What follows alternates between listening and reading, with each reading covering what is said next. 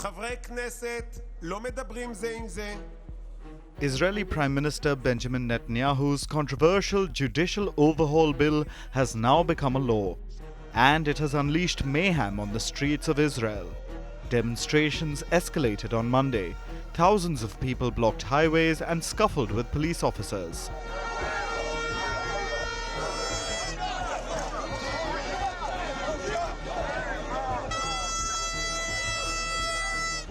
Protesters blocked the road outside the Israeli parliament. The police used water cannons to disperse the crowds. Police say at least 22 people were arrested on Monday.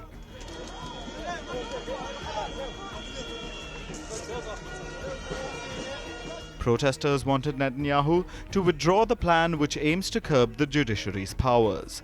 The anger against the bill was also visible inside the parliament. Opposition lawmakers staged a walkout during the vote.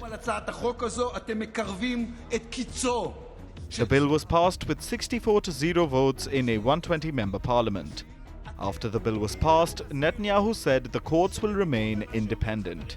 He also vowed that his government will reach an agreement with the opposition by the end of November.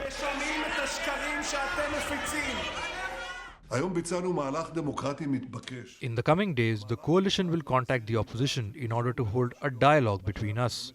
We are ready to discuss everything immediately and do it in the round of talks during the recess and reach a comprehensive agreement on everything. If necessary, we will add more time until the end of November. It is more than enough time to reach an agreement on everything. We do have an agreement. We all agree that Israel must remain a strong democracy, that it must continue protecting individual rights for everyone, that it will not become a state of halacha, that the courts will remain independent.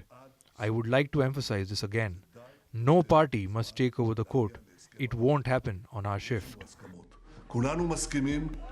Why is this particular law considered so controversial? Protesters say the plan is anti-democratic. It makes the government more powerful than the judiciary. Critics say that this opens the door to corruption and improper appointments of unqualified cronies to important positions. Israel's allies, including the US, have voiced their concerns over the new law. It is unfortunate that the vote today took place with the slimmest possible majority.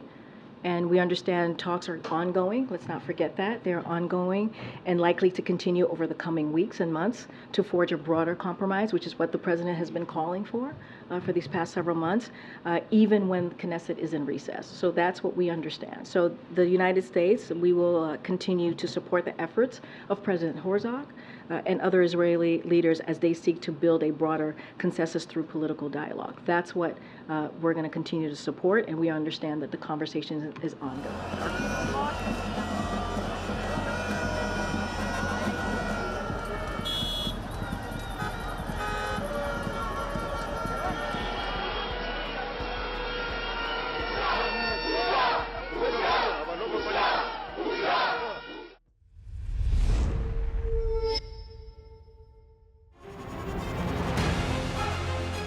Email exchanges from inside the BBC, they talk about the risk of violating Indian laws.